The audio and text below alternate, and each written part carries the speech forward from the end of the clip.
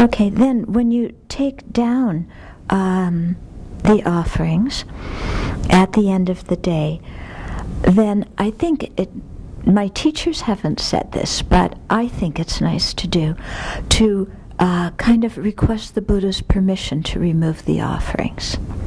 Okay, so especially if you have food offerings and you're taking them down, to kind of say, you know, I'm the caretaker of the shrine, and so I'm going to remove those things. Buddha, please, may I have your permission to do that? And the reason I say that is because I've been at places, some temples, where people will come in the morning with lots of food offerings to make lots of beautiful food offerings on the shrine, and at lunchtime, when there's a potluck lunch, at that time they decide to take the offerings down. And everybody eats them. So it makes me wonder, you know, how much were the offerings offered in the first place?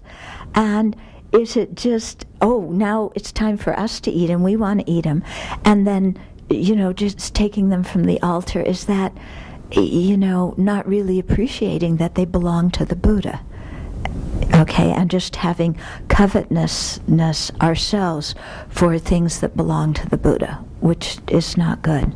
So that's why I think it's good in our mind, you know, to just kind of ask the Buddha's permission, or be aware that we're the caretaker of the shrine and we're taking things down for that purpose. Okay? So when you take down the shrine, I usually have another little table here that I put things on. But you start at this end, the opposite end from where you started to fill it, and you empty the water. And then it depends. If your bowls don't stain or whatever, you can just put your bowls upside down and let them drip dry. Or what you can do is you, again, wipe them, and when you're pouring the water out and when you're wiping them, then you say the Vajrasattva mantra as purification. Okay? So Vajrasattva samaya manapalaya Vajrasattva dinapatita didamebhava sutukemebhava supakemebhava naratamebhava sarvasiddhimempriyatsa sarvakam siddhamesitam shirakara ho Bhagavan sarvatatakata vajramamimutsa vajrabhavama samaya sattva. Like I said, normally I have a little table that's next to this, so I'm reaching quite far.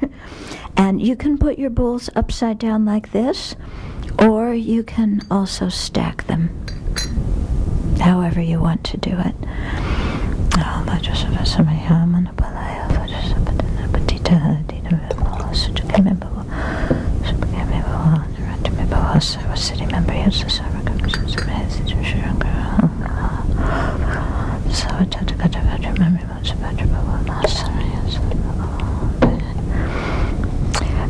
When you empty the water and when you wipe the bowls, again, you're thinking the wisdom realizing emptiness is purifying the defilements of sentient beings.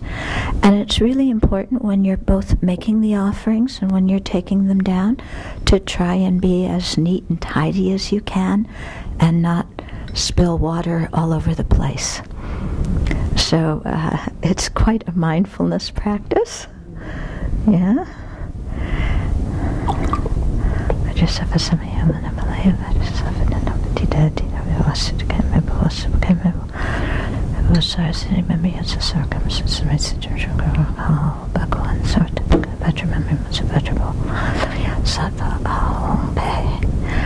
And then the water that you've taken out, you take outside. You don't put it down your drain or down your toilet.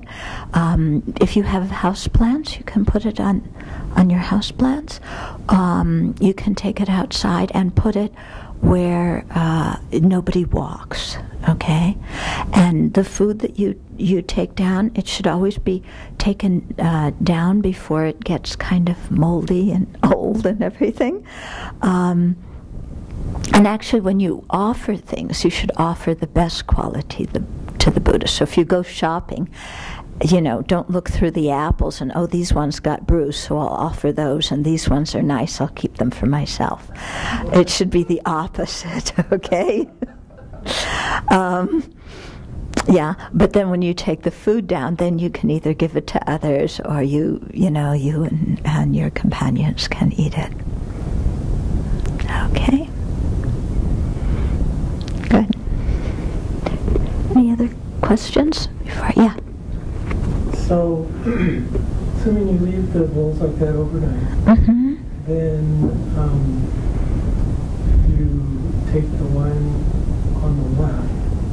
Oh, if you leave them there overnight, it doesn't matter which order you start to clean them in? Is that what you were going to ask? Well, yeah, I've for years been trying to make sure that each day I have the same bowl in the same place.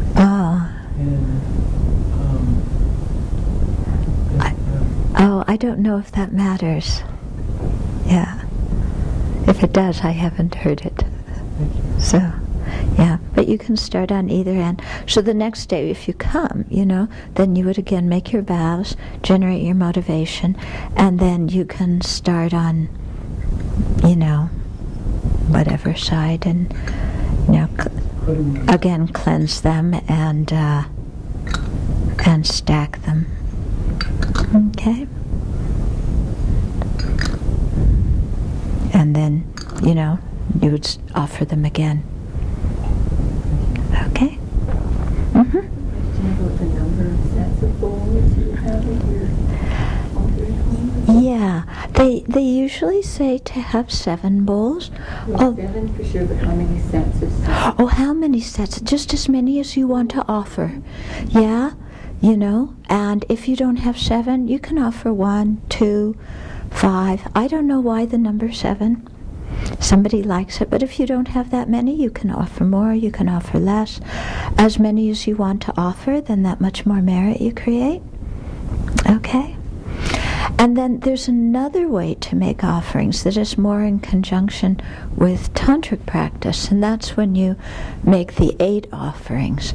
And so, flour to drink, water to drink, water to wash the feet, flowers, incense, light, perfume, food. And then usually if you're doing a tantric ritual, you have a bell and sometimes a drum, and that would be the music one. But that's a different way to make offerings, and sometimes you set it going from this side, sometimes you set it going from that side. But that's another topic. Anything else? Okay? Okay.